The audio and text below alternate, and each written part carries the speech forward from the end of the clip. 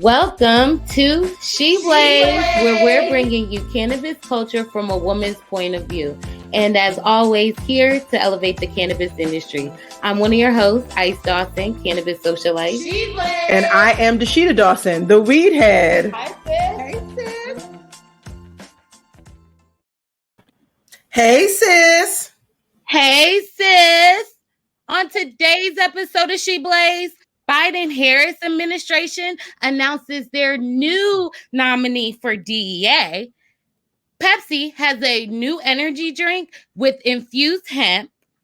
And we're teaching people how to celebrate 420 COVID safe. And with that being said, happy 420 week. I know, right? Oh my goodness. I'm so excited. First of all, happy 420 week in New York. New York's first 420 is about to be live and very excited. But of course, let's kick things off, of course, with the high of the week because it's 420 week. My high of the week is something really cute. It is Black Dragon Breakfast Club. Love Sayatu and these ladies, they are killing it. I got Cannabis's medicine affirmation cards, y'all. Yes. I need that. Yes, you do. These cards are ways to learn about cannabis as medicine. So she has cool things like this one is I am mindful is the affirmation, and the information is humulene, which is a terpene, and it says it has an earthy, spicy aroma. It's antifungal, antibacterial, antidepressant, anti-inflammatory. So we love humulene. And yeah, you get to learn more with every card. It's a 30 card deck, and you can get it at the shop blackdragons.com. It's worth it. I love it. And I think it's very innovative. Yes, I love it too. I need me to shuffle that thing like a tarot deck. But on to my high of the week, which this is 420. So I wanted to give you guys what I'm smoking on, because you know I'm smoking on that good this week. I am doing Bubbly. Now, these genetics are from Dirt Pharma Genetics. This is a cultivator that's been around for years, and he has some really great genetics. And it was actually grown by one of our favorites, MoarBlunts and Stuff. Yeah, shout out to him. Actually, if you guys could see and smell this, it is so amazing, you guys. Floral terpenes with a hint of candy sweet smell. I mean, I open it and I think I'm eating a piece of candy. There are purple leaves with amazing trichomes, okay? And this is a 50-50 hybrid. So depending on the cultivator, you can get a great all day smoke out of it.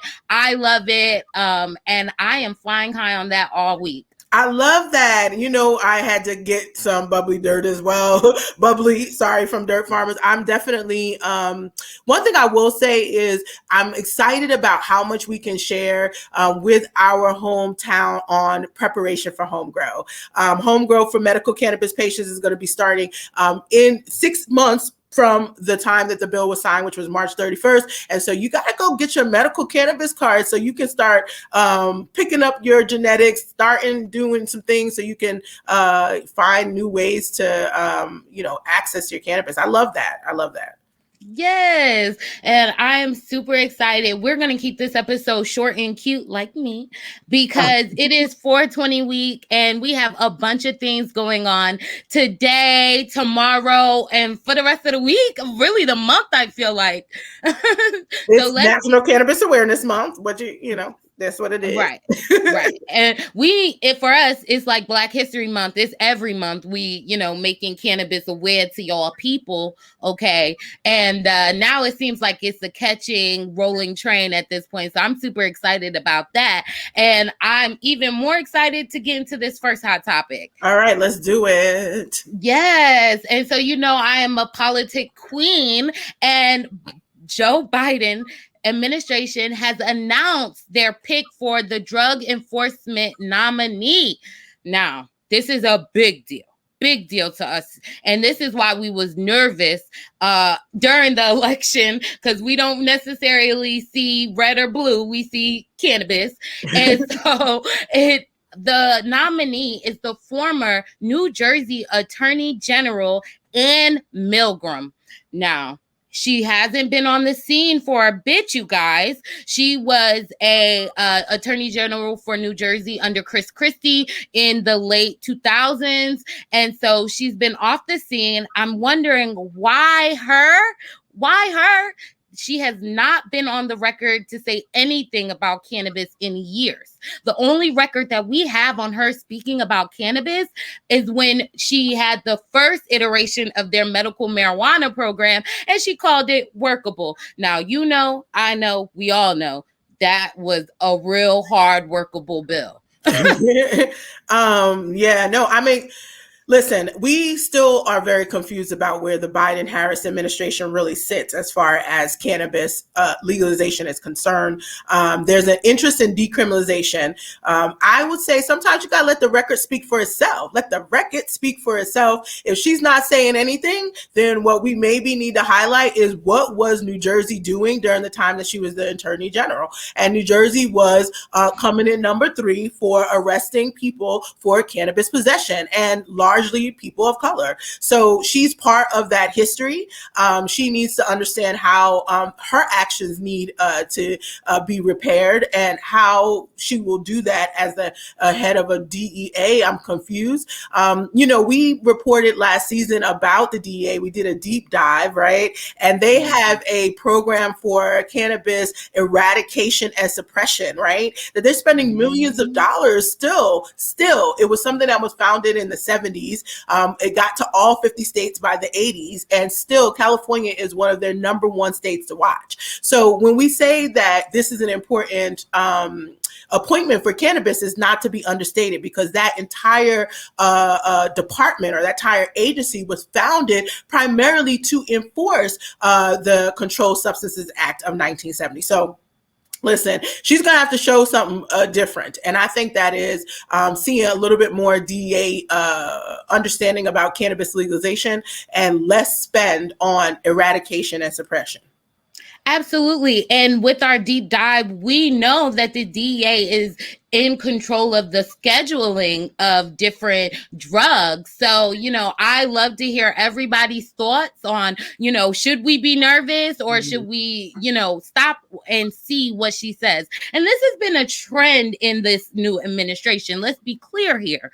He has been picking people in the DOJ that typically has no conversation on their thoughts around cannabis, whether it should be legal, illegal, is it medical. They have nothing. Mm-hmm. So we are pulling from previous work that they've done. And I always find it hard because, we gave such a pass to Kamala Harris for some of the things that she's done. And we're like, let her get in this position and see.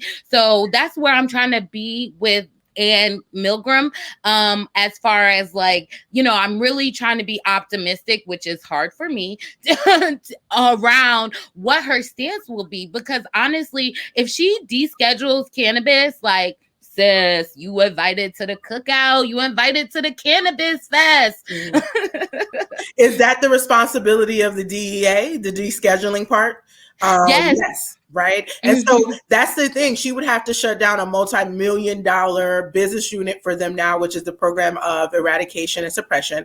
And one thing I will say about Kamala Harris before, we say we just let her get a pass. Fact of the matter is, there were things that she was doing as Attorney General in her later years of her career that definitely was aligned with cannabis, and definitely, again, as the senator. So she had to surpass a certain level, and then I think she was able to flex. We no longer have to be, while we do have to talk about reparations for what she did as a young a political candidate coming up the ranks, right. We know in her more recent years how she stood on this. In fact, she has even admitted cannabis use herself, which is why when the Biden-Harris administration was letting people go because of their cannabis use, everybody was like, well, what, you gonna let the VP go? That's the reason why you got elected, bruh. I feel our president is certainly confusing us. He's purposely in he's in a Switzerland state, in that he's neither here nor there. And we go by his history. It shows that it does not fully understand legalization. We go by Kamala's history. She understands it, and I think she supports it and wants to steward it. And now we're picking people in charge of things that have never said one way or another. It is one we will continue to watch. Oh, we are watching, and we got our ears to the streets, honey, because word on the curb is that they have been looking at a their national drug position in the administration. And the rumor is that the Medical Cannabis Advisory Board chair of West Virginia, yes, I said West Virginia, will be in that place. Now, this is a rumor we cannot confirm nor deny, but again, he is from West Virginia. And I know a lot about cannabis, but I've never heard about medical cannabis from West Virginia being the hot shit. It's not, but let me tell you why he's maybe the whisper, because West Virginia has a really bad drug issue. Because remember, National Drug Agency is going to be all drugs, and cannabis really doesn't really fall under there, if you ask me personally. Right. And they have a meth issue that is out the chain, and opioid addiction issue that is like ridiculous in West Virginia for such a small population. And so my thought is that they may be, touching on a person who has dealt with it acutely in their state, and maybe we'll be able to, if you manage the acute, you can deal with everybody else. That's rationale that I can get with, but to your point, that worries me about cannabis as long as it's being put in the same slate as drugs, so to speak. Yes. We know it's not. And if he needs some help finding some real hard scientific research on how cannabis can benefit opioid abuse and getting off of opioids, holla at us, bro, because y'all sound confused in West Virginia, and y'all medical board, I don't know if it's helping what y'all got going on with the opioids. So this is really heart-stopping to me, as it's like, okay, what are they about to do? We know the DA under the last administration issued a final rule, like as they out the door. So like, are they going to rescind that? Like we have so many questions and not enough answers. Yes. So that is often the case with the cannabis industry. But what we do know is we have some big states that have legalized, and we have some big opportunity to set precedent before the federal government does anything. Hello. And there is a lot of things that are happening international with cannabis too. So our second hot topic is about Pepsi Cola. They heard cannabis is the shiz, not E for sure. And so they announced that they are having their first hemp beverage, okay? And it is going to be a part of an energy drink. It is out of their Rockstar energy drink brand, and this is huge. However, it is not in America. It is going to be rolling out in Germany, you guys, and it says it's going to contain caffeine and all the great things that are in in energy drinks. However, they will have hemp seed extract that will give it a intense hemp flavor. Okay, first of all, I got mad issues. I'm like, where do I go with this full-on read for PepsiCo? Start at the top. Yeah, I know. Let's start from the top. This is the problem with our, obsession with a word or a believed ingredient. Hemp does make a lot of things. Hemp should probably be in beverages, but to really understand how it works for a consumer side, to mix it in with all of these other things is where we start getting real confused about what's actually doing what. Then on top of that, and you say hemp seed extract, right? Mm-hmm. Then we talk about, well, guess what? There are no cannabinoids for real in the seed. We get hemp seed oil all the time in Whole Foods or what have you. It don't got no CBD. You're not going to find CBG, right? So then you have people confused on that. I just think that this is a perfect example of what we're trying to prevent from happening in the United States, which is big companies, whether they're big tobacco, big alcohol, big pharma, or big CPG. That is what PepsiCo is, that want to come in and they want to play in the space where they dominate already, because they dominate in beverages, and introduce to the masses the first iteration of some bullshit and then call it cannabis. That's the problem right here. So no, I'm good. I don't know what to say here. I just feel like all of this sounded crazy, but I'm glad it's happening in Germany, and I hope they call them out on it, because Germany has a lot of research as far as cannabis is concerned, and maybe their consumers are just smarter because of that, and they know, oh, this is not real. This is like this hemp seed. I ain't got no CBD. They know, oh, if it's got caffeine in it, maybe whatever I'm feeling can be resultant of that, and not this little hemp seed thing. And yeah, that's where I'm going with it. It's just misinformation continued. Yes, I am tired of big companies coming in, co-opting our names, co-opting all the education we've done, to be like intense hemp flavor. Like, bro, do you know what hemp tastes like? Because I don't know if hemp seed is actually going to make it such an intense hemp flavor, unless you really are putting in like a lot compared to all the other ingredients that you guys have. Or do you guys have an artificial hemp flavor that you're putting in the energy drink? So then I just like start digging into this crazy rabbit hole of like Alice in Wonderland. Where the hell did you get these energy drinks from? However, Rockstar Energy is like the leading energy drink in Germany, so they feel like it's gonna really take off, but it does feel like a little bit of BS. And you guys, thanks for sounding off in the comments. And I know you're wondering, why is it not being rolled out in America? Well, with the 2018 hemp farm bill, we know that the FDA was like, nah, son, y'all can't like mass produce things like this on a major level where it's like ingestibles and we don't know exactly what's happening. And so it goes against what the FDA rules are around the hemp farm bill at the moment, because we know it's subject to change. So that's why it won't be in America. Germany has a little bit more flexibility in their in the way they can use hemp in different products versus us. So that's why it's not here. Well, if it's really hemp seed extract, they actually would still be able to. But the way that this is the issue, the way they're positioning it, they believe this to really be some CBD product, and it absolutely is not. And that's the part where we have to just start, really calling folks out about abusing the word hemp as the ingredient. It's sort of, again, it reminds me of the early 2000s when acai berry started being that ingredient, and everything had acai. Acai, how do you even pronounce it? Like, that was the big thing, and then everything had it in there. Now all of the packaging talks about no gluten, and then you find that you actually do have gluten because the manufacturer wasn't really clear on what gluten was. It just, to me, these are the things that really just irk me as a person who has autoimmune issues. These type of products are actually high risk in the response. And the last thing I'll say is, the same way there aren't really any cannabinoids in the seed, there aren't really that much terpenes, and taste and flavor and all that come with smell and terpenes, which are also in hemp. So it just, to me, is like, what are we doing? Good luck, Pepsi.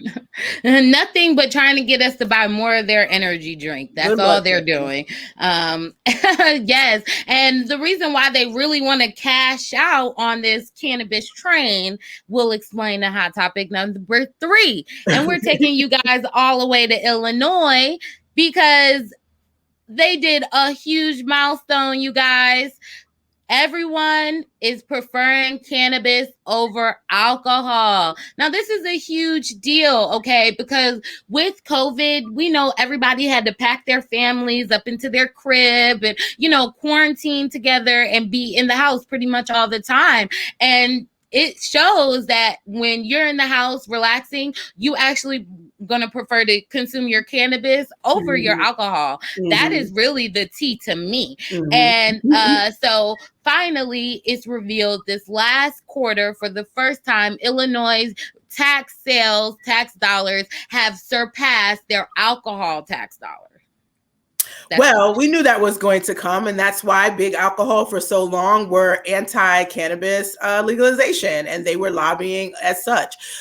This is exactly why hemp was made to be illegal, because paper and plastic didn't want to compete back in the 1930s. So what I will say is that I told you so is probably totally like we off the Richter with I told you so, given the cannabis legalization situation, how long we've been in the industry. But I think we really are also missing some of the point of what's happening too. So yes, cannabis is doing better than alcohol, but then sometimes when you compare the tax structure, we are getting, as cannabis companies, more punished, more taxed. And so when you charge people more, you will make more ultimately. Now, if things were on parity with alcohol in every place, in some cases it's just not, and Illinois is one of them, then I would feel like, oh, this means people maybe are choosing cannabis more. Cannabis is very expensive in Illinois because of the tax structure. Tax structure in Illinois is already pretty heavy. But that's something I want to make sure that we peel back some of the layers, because the headline is great, and I know we know that's going to happen. We knew that was going to happen anyway. When you start showing me units by units, then I know we have something to really talk about. But the money for the state is really based on how much the state charges people to be in that industry or to shop in that industry. But to your point, I still feel we know that with COVID, we had choices. Alcohol was made what they call essential service too. And they, even in the state of Oregon, did not do as well as cannabis. So that choice has been clearly been made. Yes, the choice has been made. And you're right. The tax structure is a little bit wonky. And we know that they're not necessarily going to release the unit by unit until probably the end of the year, January, the business year of next year. But it is, really setting them up to make $1 billion in sales in 2021, which is maybe why they are taxing so high, so they can hurry up and get to that big B. And we do know that there is a Restore, Reinvestment, and Renew program in Illinois with their with the tax money that they're getting from cannabis. And they're actually been trying to use that money to benefit the people of Illinois. Yes, the 3R strategy is something that they put in place. It's a massive community reinvestment, and it is making that fund money. I think their story is being challenged because their industry is still white. And very large and dominating, and the legacy markets that have existed there forever, whether they're tribal ones or urban ones, they aren't really reflected. And so true equity isn't really being seen as it pertains to all of the wealth. So I'll give a perfect example. They do have that 30% going into the triple R of the tax revenue. So of this money, that 30% is something that's being set aside and is going back into communities. But in some ways, the trickle down effect, there isn't enough opportunity right now with the way the equity licensing has been done and stalled for people to take anything of whatever they're building and recircle back and say, hey, I want to be in the industry. So I think that story is dominating because people don't see themselves in the market. They still have to basically shop the legacy market if they want to buy black in the cannabis space. There's been a lot of protests going on just this week. Every day of the week, folks out in front of the Cresco dispensaries calling them out about lack of equity and being greedy. And a lot of companies, and I'm not saying allegedly, a lot of companies are putting a forward-faced social equity something up, but behind closed doors are still making maneuvers to gobble up more licenses, prevent additional licenses from going up, still wanting to monopolize the industry. And the two-facedness with the time of the internet and just, how it works, it's not working, and people getting called out about it. Hey, you know me, I am call out culture for sure. Like, put your money where your mouth is. We protesting them. That means we ain't buying no Cresco Labs until y'all do what y'all need to do. And no, that does not mean creating an in-house equity program. That is not the same thing. And so taking and making one that then you turn around and you still aren't supporting. So yeah, no, I totally agree with you. They are on full boycott. They're boycotting the legal market, period. That's what they're doing right now. I'm with that. You say it all the time. I say it. You know how I feel. At the end of the day, I know my legacy hero is going to hook me up a lot better than the legal person that, spent $1 billion to get a license and to get this store that really feels like still a prison. Like, it doesn't make me feel, ooh, I want to shop when I'm in like dispensaries. It'd be like, why is all the flour behind the glass now? You think we trying to what? It feels too beauty supply store for me. Mm-hmm. So personally, hood beauty supply store at that. All right, you asking for this? Let me see the wig right quick. They don't even want to get it. Can I take it out the bag? No, you buy and no. Okay, then never mind. I'll send it back. Okay, so yeah, I feel you. That is actually a great analogy. I don't like that either. And I think that we could do better in the cannabis space, and there should be options and levels of how you want to shop. Some people like shopping like that. I do not. I want to smell it. I want to see it. I want to look at it, especially since it's something that is it's a plant, and it has shelf life. And some of the things that we've been seeing sold is moldy as hell and dry as it.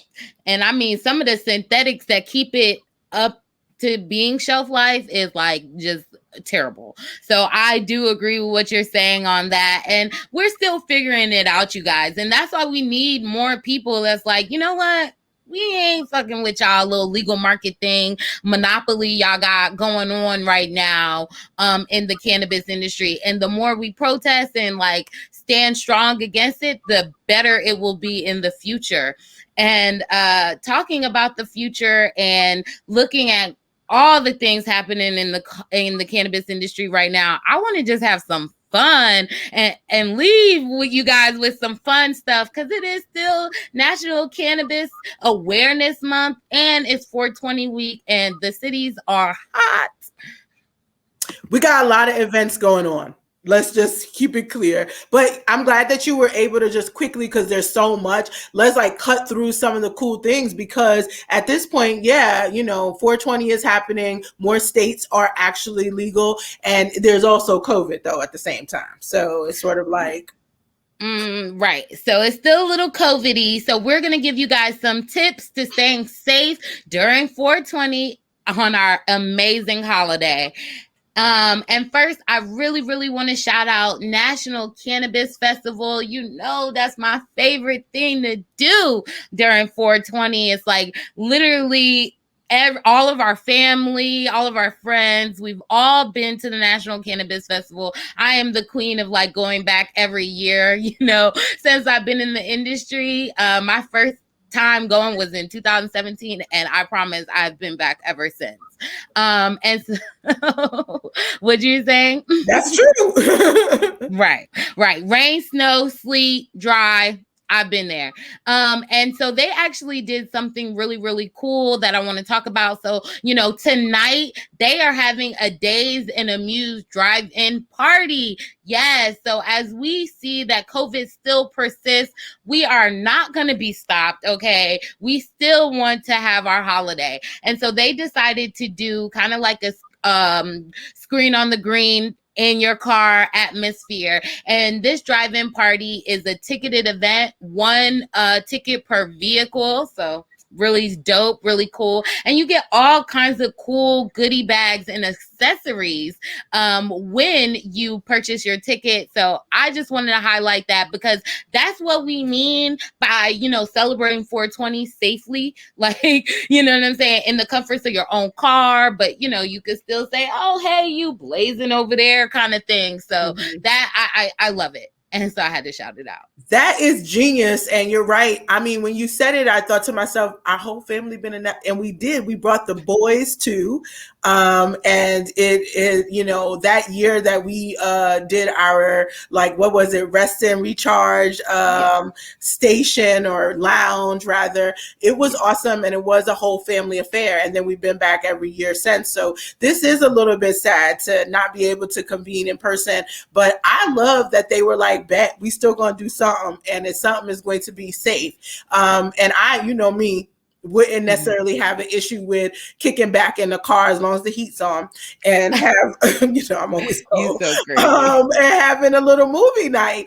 My only, warning, this is me being the mom, right? Of course, is just making sure that you guys are always going to be safe before you head out afterwards. And I think people have a lot of stigma associated with legalization and all this driving impairment, of course, not recognizing, guess what? The legacy market still exists, and there's a lot of people, what I call responsibly consuming already. You don't got to worry about us. You should be worried about folks with alcohol. But tell the truth. I'm just saying. It is the case, but I do just want to give that warning because it is a drive-in, and that was the first thing negative thing that came to mind. Even though everything else was positive, was like, oh, how are they going to spin this? And so let's be on our bestest behavior, make smart decisions, but enjoy it because it is a fun thing to do. And I am excited for hopefully being able to be back on the grounds at RFK next year.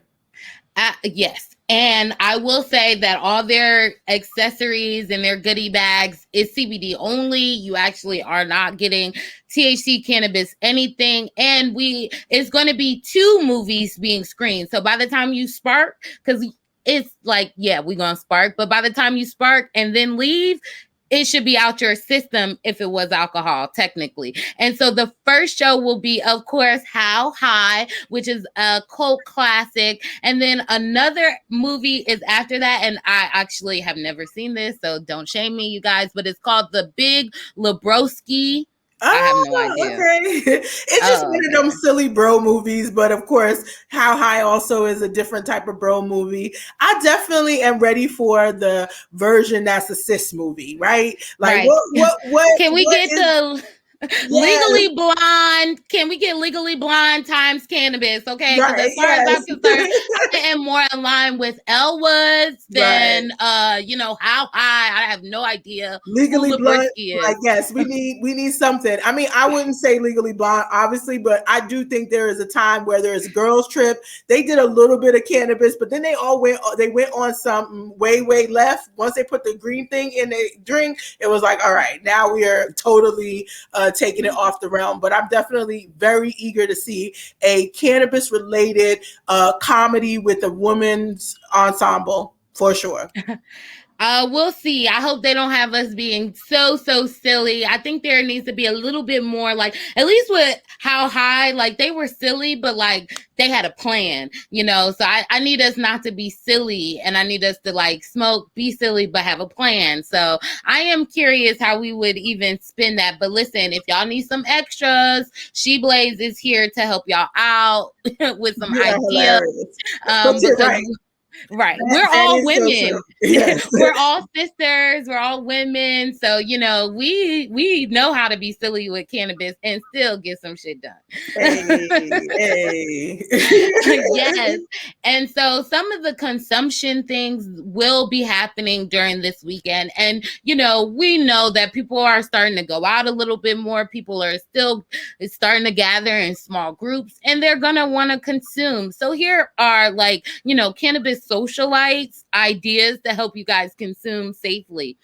It is first starting off with the cone papers and cone blunts, you guys. Like, yes, just get a cone. I don't want to see nobody licking nothing. Okay, like, get a cone wrapper. There are high hemp cone pre-packs. You could do, raw cone pre-packs. Like, most of all papers and blunts come with some cone pre-packs. So that's where we start first. Period. Well, first of all, those aren't that expensive, so it just should be in the repertoire. No one should be using their tongue to close a joint, a blunt, or anything rolled up, period, unless it's for a solo dolo situation.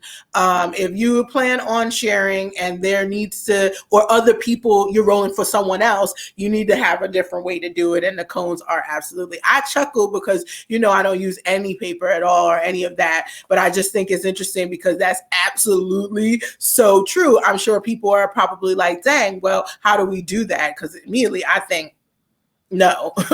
But the cones are a way to resolve it. That's a nice little hack. And they're not expensive. They're not expensive. It is a great hack. I mean, everybody pretty much consumes, like all my family and friends. You know, when it gets around this time of year, we all want to consume. We all want to smoke the good thing. And so I think being able to like have your own pre-packed joint feels good. It's not like the pre-roll from the dispensary because sometimes they don't smoke as even. I understand. But if you can stuff your own cone, you're winning. Um, my second tip for just some COVID safe accessories is personal glassware. My sister Dashida is a one-hit wonder. You will not see her without her own pipe. She will take your nug, thanks, and put it in her pipe. So that is something that I think I definitely want to highlight. You are hilarious, but you're right. I've been doing my COVID safe stuff before there was COVID. I don't really consume with other people anymore. One of the things I'll say, especially for cannabis patients, if 95% of the time that you consume cannabis is for something medicinal, things that are going on, or your regimen, you need to carry your own personal glassware. And I have a case for it. I'm like, it's all right here too. So it's like, these are things that for me, this is my favorite. These are things that are must, and it doesn't matter what market I'm in because I'm going to find hemp flower as well. I prefer the flower, and I don't want paper. And I like the vaping, but I also think that a nicely packed one hit and a cool pipe makes for a great conversation piece, or just something pretty to look at while you're doing something to alleviate whatever pains you're in. I'm a proponent of it for sure. And I do not share my pipe. So that's another thing. And you got to be okay saying no. People be like, yo, can I hit that? I've had that asked many a times at many different events, High Times Cannabis Cup. And I looked straight in the eye and I said, no, I don't do that. But I got a little bit more flour if you want some. So I can always offer you the flour, but you're not going to hit my pipe. Sorry. Yeah, it's kind of like sharing lip gloss. Like maybe if we was in elementary school or middle school or something, but as like grown-up adults, like bitches is not sharing lip gloss, son.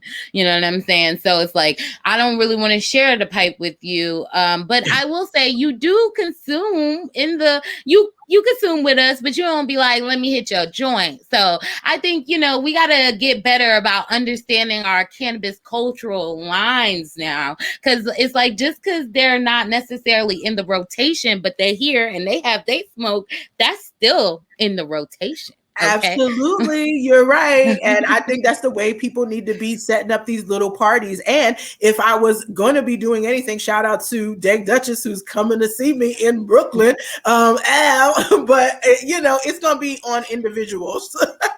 And we're gonna have a good old time, regardless. I agree with you. A lot of people believe if you're not getting the puff pass, and that means you're not in the party. And there is no rule that says you have to share a joint or a pipe in order for you, or a rig or whatever, a dab rig. You don't have to do that to have a good time. Yes, talk about it, sis. Well, you know us. We always giving y'all cannabis cultural etiquette. And the last most important, I feel like, cannabis accessory to help us during this COVID-y time is your removable mouthpieces. Yes. So first, we're going to talk about, the personal silicone mouthpiece, particularly around a bong. Now, I have hit some crazy ass bongs during 420 in my life. Yes. And to think that there was such a thing that a silicone mouthpiece was invented, like it would have just made my life so much easier 5 years ago. So I am here to tell you guys, bring your own personal silicone mouthpiece. It is worth the investment. It is okay to have a cannabis box accessories to help you through these weird times that we're having with germs. And so I really wanted to tell people to go ahead and get that piece. You can also just find it online, but you can find it at a regular smoke shop. So all these things are things you can find right now, today, before you go there. The last part is the rolling filter adapter. Now they have a silicone adapter for your joints. So if you take the joint and put it in, you can hit it and pass it. And you never actually have to touch your lips on the blunt.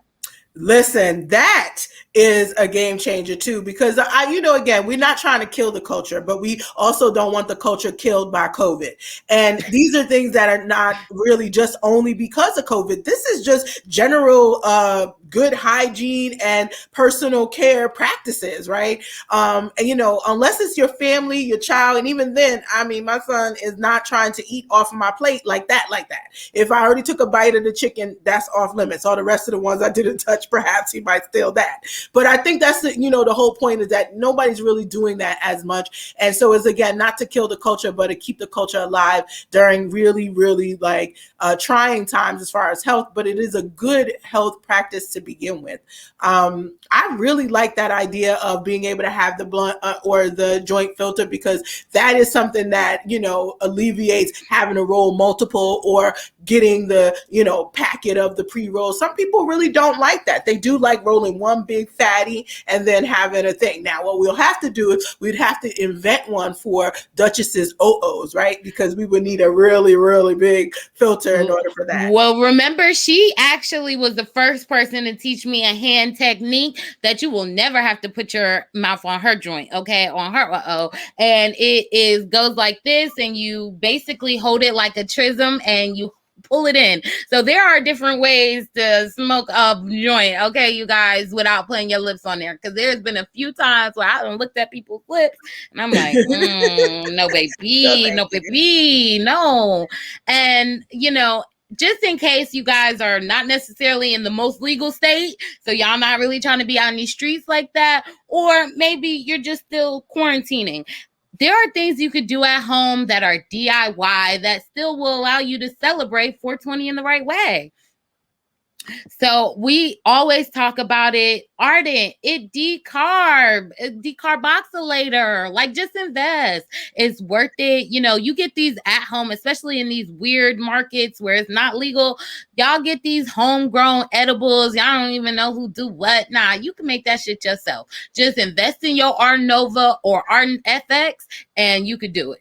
I am 110% a proponent of this. First, for a couple of reasons. One, you may live somewhere where a smell of anything terpene, loud, cannabis is going to drive people to want to call the police. And when you decarb in an oven, in the old school kind of way, you are smelling up the entire house. And it is, even in the legal state, I remember I did it with hemp flower. I was making my CBD oil and I decarbed in the oven, and all Latifah was, she had literally just stepped into the garage way, way down from the kitchen. And she's like, oh, who was smoking right here? And it was in the oven. So it really lets off a lot of the terpenes. It can definitely be very loud. And the cool thing about the Ardent is that all of that is contained within the container that's doing the decarboxylation. I definitely have always appreciated the ease of being able to set it and forget it too. Versus when you're putting it in the oven, you have to keep going in there because you want to make sure you're not burning your flower. This again is really important for both the hemp side or the high THC marijuana side. It has important levels of where you reach your peak for temperature to get the perfect decarb. So. Yes. And it's just so much easier. Some of y'all can't cook a lick anyway. So I don't know why y'all trying to put shit up in y'all ovens. You know what I'm saying? With the Ardent, it's kind of like a microwave or a toaster oven. It doesn't take like a cook to be able to decarb, versus when you put it in the oven, you gotta check, make sure it's not getting too dry, but it's not it's actually drying and heating up that THC. So it's just way too complicated in the oven. And if you can't bake, if I've never seen you bake a cake, I don't know if I want you to bake my cannabis. Listen, you are hilarious, sis, but you're so factual. That's why this is the best DIY gift you can give anybody. If you know any mom, any sis, any bro that is doing anything with cannabis, and I mean mom or grandmom, because that's the other thing. It's awesome for topicals. Once you decarb something, you can now put it into whatever the next stage is to make it the active thing. So you can put it in the creams, you can put it in your drinks, you can actually sprinkle it it just like a seasoning on top of your food, and you now made that a whole edible. You do want to make sure though that you're paying attention to the weight in which you are decarbing, and you also want to pay attention. Hopefully, in legal states, you're getting the potency level, so that's the percentage of cannabinoids in your plant that you picked up. And between the potency and the weight, you should be able to figure out how much THC, CBD, or CBG, or anything that they've given you the potency for. You can find out how much is in there. And when you decarb, then you know kind of what you're getting. I think it's really important to understand that math too. And so what I love about Ardent is that they have videos you can watch, and she teaches, and multiple influencers that teach. Because to your point, not everybody's a cook, not everybody's a chemist. I like it. Like, to me, it's like chemistry. I don't like a chemistry class. I'm like doing all this crazy stuff, but that is me, the scientist, but not everybody's that. But it is easy once you figure out the math and you start getting into the rhythm of it. And I'm a proponent of it for medical cannabis patients, because again, this is the cheaper way to get to your concentrated cannabis. This is a cheaper way. Buy the flower, decarb it, make it yourself. Yes. And we also know that it is tricky in some of these adult use plus medical marijuana markets because of the type of caps that they put on edibles. And if you actually have a condition where you have to have a strong edible to be able to overcome whatever complications you're having with your health, you might want to do it at home, then go keep buying the big bulk at the store. So that's just my little, I'm a budgetista, honey. I know you are. And that is something that is a big complaint for a lot of people. So yes, we can change the laws and improve how much a company can manufacture it, but also understand the importance of being able to make your own medicine. Absolutely. And we told you guys we were keeping this episode short and cute, honey. And so that means we have made it all the way through and through. Shout out to BuzzFeed. I love that shirt, yo. That shirt is so cute. I feel like for me personally, I need me one in white. So I'm going to need you to work on that, manager, momager, sisterger. Understood. Yes. I'm just kidding, you guys. And thank you so much for joining us again. We actually have a lot of initiatives going on to be closing out this month. And so, Dashida, I'll let you take it away with some of the initiatives we got going on. Yeah, well, first and foremost, you can always find me at Dashida Dawson or at theweedhead.com. And we are very excited because New York is legal, New Jersey is legal, and these are some of the largest legacy markets in the world. And so we're excited to be presenting on April 30th, the Legacy to Legal event, transitioning into the regulated cannabis industry, where it's time to put people on. I have broken down the MRTA as well as New Jersey's S21 that was passed. And I got some details, I got some tips, I got some tricks, but I also have a lot of other legacy leaders in advocacy coming to join us, as well as Majority Leader Crystal People-Stokes. It is going to be a good time and the best time to get active and get ready, because these markets are opening and you don't want to miss your window. I know that's right. Super excited about that. And we will drop more details in the comments after we air. And I am so thankful to be getting off so I can get to work, because this is my money month. I'm where the money resides, so I'm about to slide. And so you guys can listen to us anytime on Spotify, SoundCloud, Apple, iHeartRadio, YouTube. So, check us out, follow us there. And thank you again. Happy Cannabis Awareness Month. Bye. See you next week, sis. Bye.